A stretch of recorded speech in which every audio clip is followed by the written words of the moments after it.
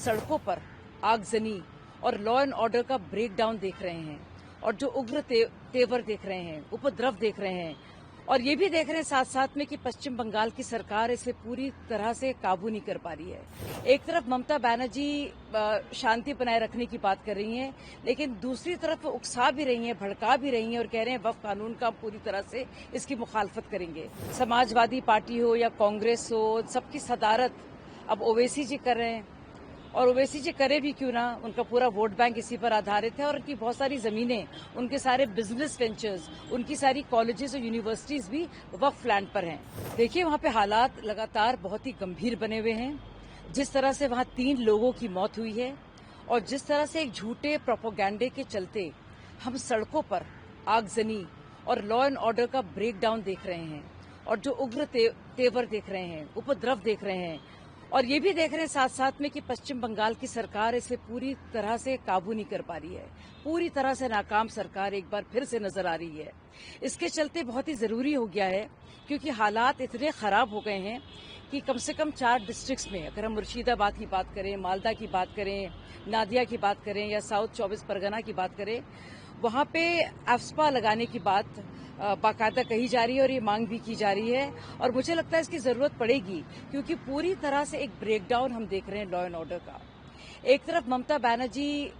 शांति बनाए रखने की बात कर रही हैं, लेकिन दूसरी तरफ उकसा भी रही हैं, भड़का भी रही हैं और कह रहे हैं वक्फ कानून का पूरी तरह से इसकी मुखालफत करेंगे। तो दोनों तरह की वो बात कर रही हैं और जानबूझ के अब देखिए जो शरारती तत्व हैं, इसका फायदा उठाकर किस तरह से पूरी तरह से उन्होंने राज्य को हिंसा के इस मकड़ जाल में फंसा के रखा है।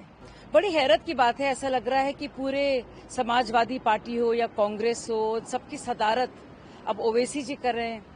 और ओवैसी जी करे भी क्यों ना, उनका पूरा वोट बैंक इसी पर आधारित है और उनकी बहुत सारी जमीनें, उनके सारे बिजनेस वेंचर्स, उनकी सारी कॉलेजेस और यूनिवर्सिटीज भी वक्फ लैंड पर हैं, जिसमें वक्फ के आधार पर काम नहीं होता है, बल्कि एक बिजनेस वेंचर और यूनिवर्सिटी के तौर पर उनको चलाया जाता है प्रॉफिट के मकसद से, ना कि वक्फ के मकसद से। तो जाहिर सी बात है बहुत परेशान है, लेकिन उनका ये कह देना कि पूरा मुस्लिम समुदाय इसके खिलाफ है, सरासर झूठ है।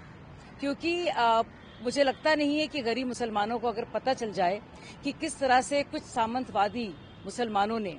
और रसूख वाले मुसलमानों ने उनका हक छीना है, तो मुझे लगता है वो खुद गर्दन पकड़कर और गिरेबान पकड़कर अपना हिसाब मांगेंगे, वो गरीब मुसलमान और वो कमजोर और मजलूम मुसलमान। तो अभी इसको लेकर हवा बनाने की बहुत कोशिश की जा रही है, लेकिन ओवरऑल लोग देख रहे हैं कि सच क्या है। और जिस तरह से भाजपा ने और हमारे नेताओं ने और हम लोग अपना सिर्फ अपना पक्ष पार्लियामेंट में रखा है, हम लोग सड़कों में जाएंगे, घरों में जाएंगे, तहसीलों गांव में जाएंगे और लोगों को असलियत बताएंगे। और यही एक तरीका है सच को नीचे तक जाने का, ताकि गरीब मुसलमान इनके झूठ को सुनकर इतना ज्यादा उग्र ना हो जाए और इतना ज्यादा उनके भड़काने में ना आ जाए।